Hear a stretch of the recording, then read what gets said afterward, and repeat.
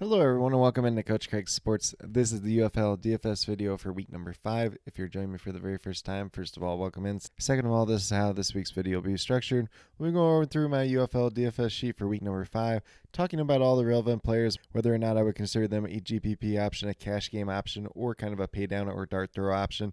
And then with that being said, this sheet will be updated throughout the week. It's up over on my Patreon, very small monthly donation over there if that's something you're interested in. And then any major news that does come out as we get closer to lock, we'll leave that down in the comment section of this video, as well as the inactives for each team. We do have the inactives for the first game already, so won't really talk about them too much. Probably won't post that down in the comment section, although I might ultimately end up adding it there. But without further ado, we're going to get right into the sheet for this week. So we're going to start off with the Birmingham Stallions, and we got some news at quarterback as Matt Corral is out this week. Alex Mugu is obviously on IR at this point in time, so they will be turning into Case Cookus, which in terms of third-string quarterbacks is a very experienced one. He's $7,700 GPP paydown option. Definitely would like to get some exposure to him this week. And in terms of that running back position, all three guys are going to be active for this game, so not really too interested in any one of them at this point in time, and nobody's really truly stat out from a fantasy point performance this year so far. In terms of their wide receivers, mainly looking at Deion Kane once again at $8,100. Been kind of the lead guy for them week in and week out outside of the one game that he did ultimately end up missing. And then Davion Davis really starting to step up once again at $6,000. Kind of notable that Cade Johnson will be inactive for week number 5. They're going to go back to Austin Watkins. You know, if you really want to take a stab in the dark on one of the other guys, you can definitely do that at the same time as well. Jay Sternberger is all the way down to $4,600, so I do have him as a paydown option at this point in time. Yes, I know he hasn't been great so far this year, but he is typically a guy that does play better typically like the second half of the season, which we're starting to almost get into, so wouldn't be surprised if that happens this week for him overall.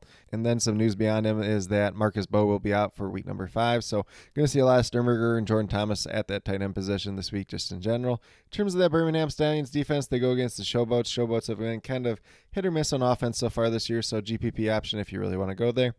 Then we moved down to the Houston Roughnecks. So Nolan Henderson did get hurt in last week's game. He's been limited in practice on Wednesday due to that shoulder injury. So I have Jalen McClendon listed here as a GPP option if he ultimately ends up getting the start. If he doesn't, then obviously we're probably just going to avoid this quarterback position just in general. In terms of the running backs, I'm not really getting too much here. You know, if Kirk Merritt misses once again this week, then Zaquandre White could be in play. But other than that, really not getting any of these guys from that running back position. In terms of their wide receivers, Justin Hall, GPP option at $8,600. Once again, looks pretty solid. Marcus Sims really hasn't played too much since coming over, I believe, last week. You know, he played maybe like 9 snaps in total, I think it was. So not really too interested there. I like Lawrence Keys if he ultimately ends up playing in this game. $3,400 viable GPP paydown option, but did miss practice on Wednesday due to a groin injury. Monitor that situation as we do get closer to lock. And that's pretty much what I do have in terms of their offensive weapons. You know, if you want to take a shot on somebody else, you can definitely do it, but not too much to recommend there just in general. They go against the Brahmas this week, so that Roughnecks defense, $3,600, will be a viable paydown option as Kellen Mond has not really led too much for the Brahmas so far this season, although they did pick up their first win of the season in week number 4. Then we move down to the Memphis Showboats. EJ Perry at quarterback. I have him as a GPP option. You know, hasn't played his best ball so far this season. Troy Williams behind him is inactive for week number 5, so kind of keep that in mind. Looks like a safer job for him just in general. And then at their running back position, they're going to De'Aaron Prince as well as Jalen Jackson this week. So they kind of been swapping that second running back kind of week in and week out. I would go to Prince as kind of a GPP option. You know, if you really want to go with Jalen Jackson as a paydown option, you can definitely do that as well. In terms of the wide receiver unit for the Showboats, we have Kyle Loxley and Eli still both out this week, so could see some additional opportunities for other guys. Obviously, Jonathan Adams, Kwame Laster are going to be the main two. Jonathan Adams, potential cash game option if you want to go there at $8,800. Kwame Laster, $5,300, solid GPP option. You know, if you want to take a shot on somebody else, you can definitely do that as well. Maybe they work Isaiah Hinney in a little bit more this week in the slot. He hasn't really played too much outside of, you know, punt and kick return duties so far this season. Then moving down that Showboats defense, they're $3,400, a viable paydown option. They have a decent defense led by defensive coordinator Jaron Horton. They're going against the Birmingham Stallions, playing their third string quarterback, although a good one in that at Case Cookus. But if they can get some pressure on him, they could create some turnovers and get some sacks at the same time as well.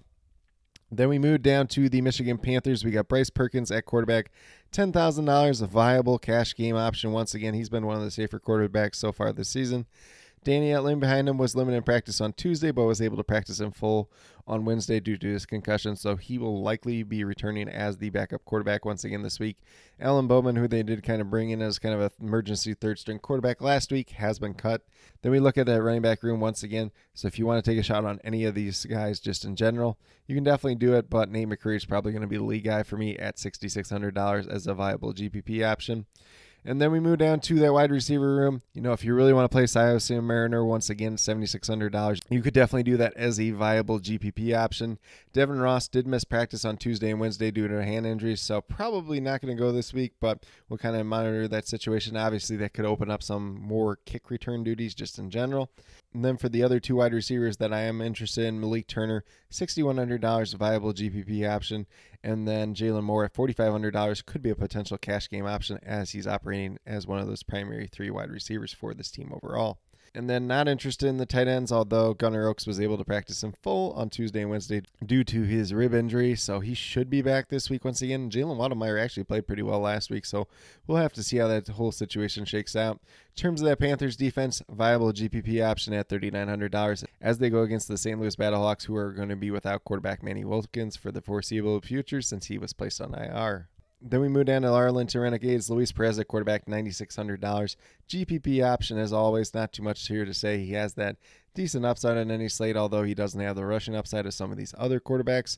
Running back position, if you really want to take a chance on Kalen Ballage, you can do it at $7,500 as a GPP option. But mainly getting a day hunter at $6,500 GPP option there once again. Davion Smith really hasn't played too much this year, so if you want to play him, you're just banking on goal line opportunities. If that's something you really want to do, you can do it, but I'm not going to recommend it. Deontay Burnett barely played last week. He got injured, $6,600. Was limited in practice on Wednesday due to his rib injury, so kind of monitored that situation. Would not be surprised if he ultimately ends up sitting out this week. And then beyond him, Javonta Payton and Isaiah Winstead, both GPP options at $6,200 and $6,900 respectively. And there should be some additional opportunities and looks there just in general. With no Deontay Burnett, Tyler Vaughns, for whatever reason, when I was doing the sheet, was not listed on DraftKings. No news of him not being with the team or anything else like that. So that is one that I kind of find weird. I didn't really check it before I recorded this video, but I will go back and check it. If that price becomes available once again, I will list that down in the comment section, but would assume that he would be a GPP option if he does get a price tag and is on DraftKings once again. Then Sal Cannell at tight end, $8,200, definitely a GPP option, pretty much as always. And then moving down to that Renegades defense, $4,200 going against the DC Defenders. They're a defense that I'm not really getting to this week overall. In terms of that DC Defenders team, we got Jordan Tiamu at quarterback, $9,800, playing really well as of late, so he is a viable cash game option. At running back, we got Abram Smith, $8,300, GPP option if you want to go there. Deion Jackson really didn't do too much last week, so I think they're leaning back more on Abram Smith just in general. I could definitely be wrong, but that's just kind of how it feels at this point in time. In terms of the wide receivers, Chris Rowland, $7,200, Braylon Sanders, $4,000. Both could be viable cash game options once again this week. And then Cornell Powell as the third wide receiver, $5,700, is a viable GPP option at the same time as well. Burley Moore McKinney's been playing really well as of late. A lot of it's been touchdown dependent. He's all the way up to $4,900. If you really want to bank on another touchdown game out of him, you could definitely do it, but I'm not going to recommend it at this point in time. Then we move down to that DC Defenders defense, $3,700, viable GPP option versus the Arlington Renegades. A defense has been pretty good so far this season. Would expect a decent performance out of them once again. And then we move down to the San Antonio Brahmas, Kellen Mond at quarterback, $9,200. If you really want to get there, you can, but I'm not going to recommend it at this point in time. He's really not been that great overall. And then in terms of their running back room, they have three guys once again. So Anthony McFarland, Jayshon Corbin could both definitely be GPP options if you want to go that direction. Aiden Robbins did join the team last week. He's at the flat minimum of $4,000. He did score 2 touchdowns in that game. Did not play a lot of snaps whatsoever. Was just mainly used as their goal line back. So some caution to the wind there, but at $4,000 could be a viable paydown option. And I would expect him to be relatively popular just because of the 2 touchdown performance in his first game of the season. And then in terms of the wide receivers, mainly looking at Greg Ward and Jacob Harris as GPP options. If you want to go to Kirkland, you can definitely do that as well. Pay attention to Jacob Harris as he was unable to practice on Wednesday due to a calf injury. And then we have tight end Alize Mack limited in practice on Wednesday due to a hamstring injury. He did not play a single snap in week number 4. And then in terms of that Brahmas defense, Viable cash game option at $4,300 going against the Houston Roughnecks. I think their defense is still pretty strong. Their Roughnecks offense overall has not been great so far this season. Jalen McClendon at quarterback last week actually made it look a little bit better than they have been most of the season. So maybe if he gets the start, maybe we're a little bit less on this, but still looks like a great option overall.